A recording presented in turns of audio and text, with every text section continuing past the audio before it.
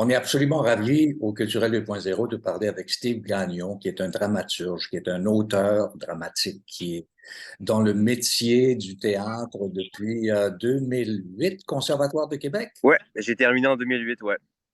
Et on veut te parler évidemment à cause de cette pièce que tout le monde a adorée, là, les critiques, tout le monde qui sort de là avec un grand sourire aux lèvres, puis une pensée profonde pour le personnage interprété par Guylaine Tremblay, qui est absolument sublime dans tout ça. J'aimerais que tu me parles de cette pièce que tu as écrite et qu'on aborde aussi le travail d'Edith Patnaud dans la mise en scène, parce que la mise en scène étant minimaliste, il y a vraiment des éléments dans cette scénographie qui sont très touchants. Alors, dans un premier temps, l'écriture de ces étés, ça démarrait comment, cette femme que l'on retrouve dans le sud de la France l'été? Oui, en fait, j'avais entendu parler, Guylaine, en entrevue, de son désir de se retrouver seule sur scène, donc d'interpréter un solo. Et, euh, et comme on se connaissait un petit peu, j'avais écrit un texte pour un événement particulier qu'elle avait fait. Je lui ai proposé, en fait. Je lui ai dit, est-ce que tu as envie qu'on travaille ensemble là-dessus? Je serais honoré d'écrire ce fameux solo. Et donc, quand on s'est rencontrés, puis que je lui ai demandé de quoi elle avait envie de parler, elle m'a dit d'amour. Et elle était très concernée par le sort des personnes âgées en CHSLD qui se retrouvent seules souvent. Et, euh, et donc, par cette solitude-là, ce sort-là. Et donc, et là, ben, je lui ai dit, ouais, mais OK, mais à partir je veux dire, bon, t'es trop jeune pour jouer un personnage. Parce qu'on a cette idée-là aussi des CHSLD qui sont des lieux où les gens vont finir leur vie, des personnes très âgées. Bon.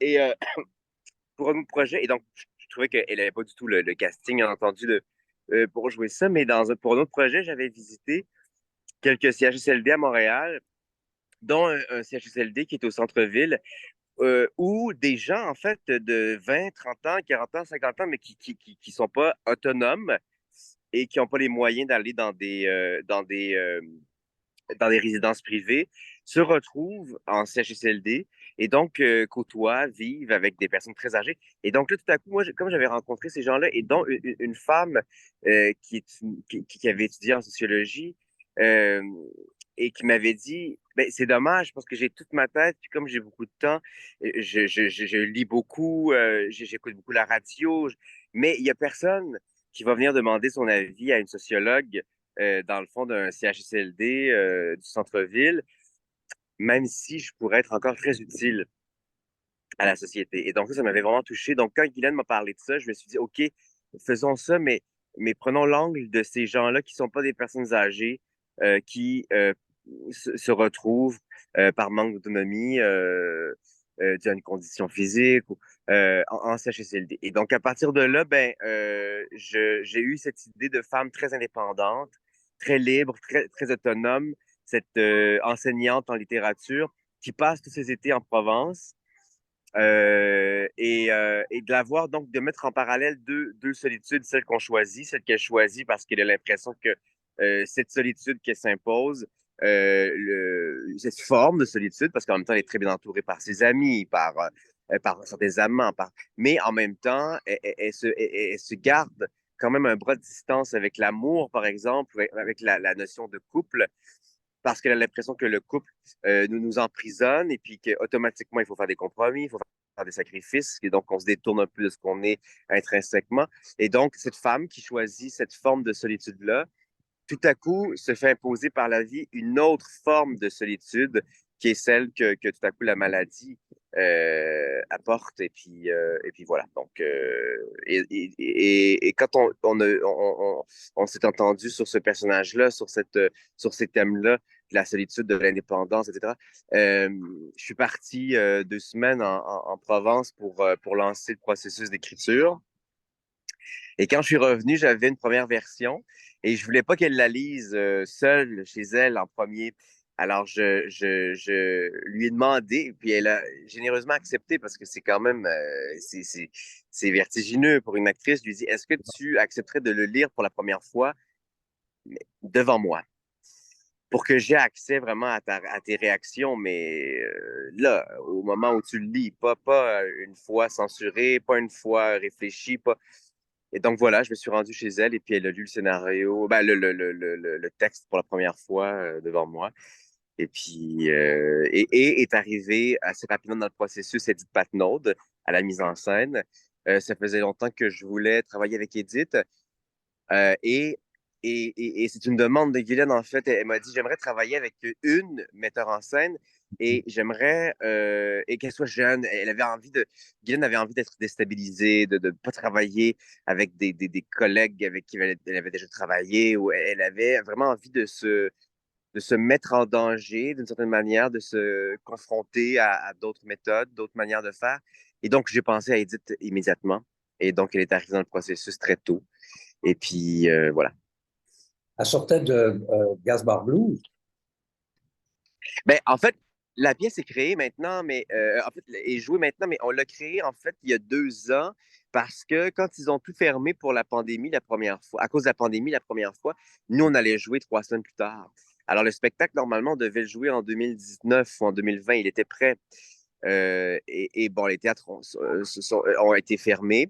Et donc, on a quand même fait le spectacle 1 an plus tard, quand ils ont réouvert les théâtres.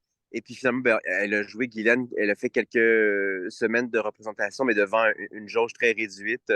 C'était pendant le couvre-feu en plus, donc elle jouait très tôt, etc. Donc là, c'est une reprise finalement, mais c'est la première fois que Guylaine le fait devant des salles pleines. Et puis ouais, voilà, devant des gens qui sont pas nécessairement masqués. Et puis des gens qui sont dans un tout autre état aussi, parce que quand même la pandémie, le couvre-feu, tout ça, rendait quand même tout ça moins festif. Et donc voilà. Et donc Edith, non, parce que Gaspard Blues, elle l'a monté l'an passé. Et puis nous, quand même, on travaille là-dessus depuis 4 ans. Alors, Pour ce qui est de la mise en scène, moi, j'ai une petite question. Il y a des oranges qui épluchent tout le long de la pièce. Comment c'est venu cette idée d'incorporer ça? euh, En fait, c'est comme une façon de montrer que quelque chose qui est hyper quotidien, hein, qui fait partie de notre quotidien, puis qui est hyper. Jamais on se demande, jamais on voit ça comme un défi, là, éplucher une orange et comment donc quelque chose qui est autant, qui fait autant partie de notre quotidien peut devenir finalement, à un moment donné, un immense défi qu'on n'arrive plus à relever. Et donc, c'est ça, en fait. C'est comme l'orange qui est un peu annonciatrice de, de, ben, de ce destin-là qui va frapper parce que, il y a cette scène où elle essaie justement d'éplucher une orange et là, cette scène-là est que physique et on voit que quelque chose qu'elle a fait devient finalement impossible à faire. Donc, euh, comme la mise en scène et puis le décor sont très minimalistes, très épurée, elle avait envie que vraiment l'orange devienne ce symbole-là de cette non-autonomie-là, même, qui nous amène parfois à C'est pouvoir très, faire quelque chose qui était. c'est très joli comme symbole, tout ça. J'entends Louise qui est pas loin derrière. C'est ta fille qui t'accompagne cet après-midi. Ouais, Oui, voilà. mais c'est ça que je disais avant, c'est que comme je suis parti longtemps pour le travail en France, là, j'essaie de conjuguer famille et travail. C'est pas toujours évident, J'aimerais ça mais oui, voilà.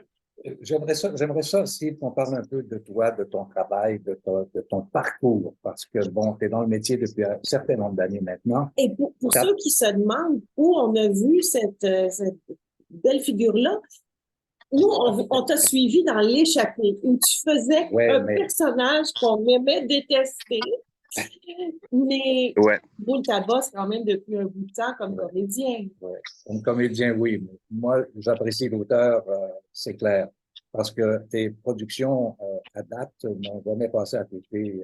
Tu sais, je veux dire, tu as toujours connu, tu as même une réputation au sein du milieu du théâtre, du milieu théâtral, et puis les gens te font confiance et adorent ton travail. Mais j'aimerais que tu me parles un petit peu de l'évolution de ton écriture par rapport à tout ça, parce qu'on remonte à 2008, quand tu as écrit ta Ouais. première pièce.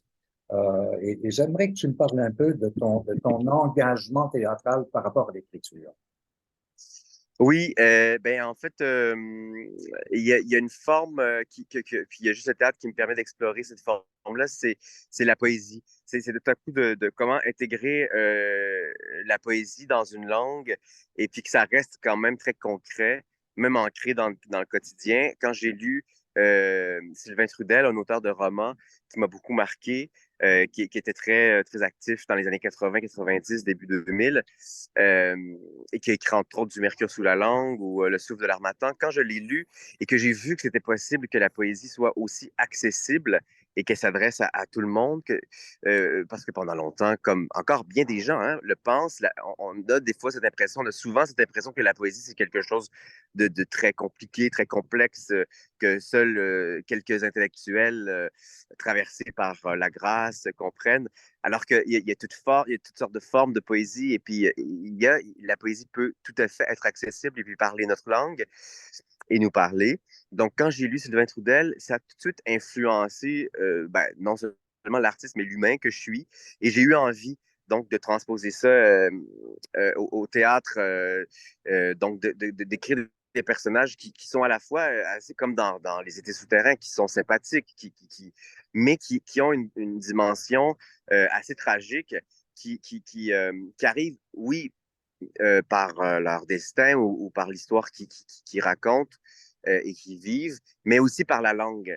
Tout à coup, ces personnages-là qui sont qu'on reconnaît, hein, c'est des personnages qui sont tout près de nous, euh, possèdent une langue qui est à la fois très accessible, mais en même temps qui les rend plus tragiques, et puis qui exacerbe un peu en fait le drame qu'ils vivent et les enjeux ouais, dans lesquels ils sont. Hein. Un peu à la façon d'inespéré, inattendu de Ducharme. Oui, Régent Ducharme aussi est quelqu'un qui m'a beaucoup inspiré parce qu'il maniait très bien lui aussi l'hyper quotidien et puis la poésie et puis tout à coup ces personnages deviennent extrêmement forts et puis en même temps très candides et très torturés. Tu sais, tout est exacerbé en fait par cette langue-là. Alors Steve, je voudrais que tu nous dises un petit mot sur ton rôle d'auteur jeunesse, parce qu'il y a un livre qui est sorti dernièrement. ouais. Oui, 22 guimauves autour du monde, publié par La Bagnole. C'est le premier livre, le premier album jeunesse que j'ai écrit. Ce ne sera pas le seul parce que, en fait, c'est vraiment né de cette rencontre-là entre l'éditrice qui m'a dit on essaie de travailler avec des auteurs qui ne sont pas nécessairement des auteurs jeunesse. As-tu un projet? Et puis je lui ai dit, ben non, mais on va en trouver un. Et puis c'est comme ça qu'est né 22 guimauves. Et tu sais, le théâtre, le théâtre, quand le texte est écrit, tout est encore à faire. C'est-à-dire qu'il faut trouver un producteur, un diffuseur, des subventions, il faut monter le spectacle, il faut caster, tout est à faire. Alors que là, quand je suis allé chercher l'album jeunesse, j'ai vraiment eu cette sensation-là tout à coup de la mission réussie. Je me suis dit, ben maintenant, voilà, tout ce que je peux faire, c'est espérer que ça fasse bien plaisir à des enfants et puis des parents. J'avais aussi envie que ce livre-là permette des moments des moments vraiment de joie, parce que chez nous, on lit beaucoup avec mes deux enfants. On lit énormément, mais Alfred, par exemple, qui est plutôt angoissé, je me rends compte que des fois, des trucs qui font partie de presque toutes les histoires, là, un animal qui veut en manger un autre, ou tout à coup, ça le fait sombrer quelque part où là, il se met à angoisser. Et donc là, j'avais envie ben, de créer une œuvre qui sans être dénuée de discours, de propos, de pertinence, soit quand même surtout un moment de joie à partager Alors, en famille. ce que je peux te dire, c'est que le livre circule dans la famille, ça c'est clair, c'est un C'est succès. vrai? Ah ben, Épisode, ça c'est je suis bien sûr. content de l'entendre. Alors, écoute, en conclusion, parce qu'il ne nous reste pas beaucoup de temps, tu m'as parlé de deux projets sur lesquels tu travailles. C'est Nous au monde, ça, ou en France? Ben, en fait, il y a un projet qui s'appelle Anna, c'est train qui font sur moi, qui est un gros projet sur lequel j'ai travaillé, puis sur lequel on travaille encore, mais qu'on n'a jamais fait à Montréal parce que c'est une coproduction France, Belgique, Montréal. Et là, on va le faire à Montréal. Les dates vont sortir sous peu, mais j'ai bien hâte. On l'a fait deux soirs seulement à Québec en juin dernier dans le cadre du Carrefour international de théâtre. Oui, je travaille sur d'autres projets là-bas, mais je travaille surtout sur l'adaptation cinématographique des Étés souterrains. La pièce, oui, on travaille sur l'adaptation pour le cinéma. Et je travaille aussi sur l'adaptation en série d'un autre de mes textes de théâtre qui s'appelle Os, la montagne blanche. C'est un autre solo que j'avais interprété. Et là, ben, on travaille aussi sur l'adaptation, mais en série de cette pièce-là. Alors voilà, des projets de télé un peu plus présentement sur lesquels je travaille comme auteur. Et puis, ouais, voilà. Alors, tu es une véritable comète dans le milieu de l'écriture théâtrale et de l'écriture en création, ça c'est clair. Steve Gagnon, merci Merci à d'avoir été vous. là. Une salutation à Louise qui doit être en quelque Oui. part en train de courir. Elle est allée manger sa collation un petit peu plus loin. Je lui transmets vos salutations. Et on rappelle que c'est jusqu'au 23 à la Licorne qu'on peut Ouais. être témoin de ce magnifique théâtre qui est Les Étés souterrains. Merci beaucoup, Steve Merci. Gagnon. Merci à vous. Merci.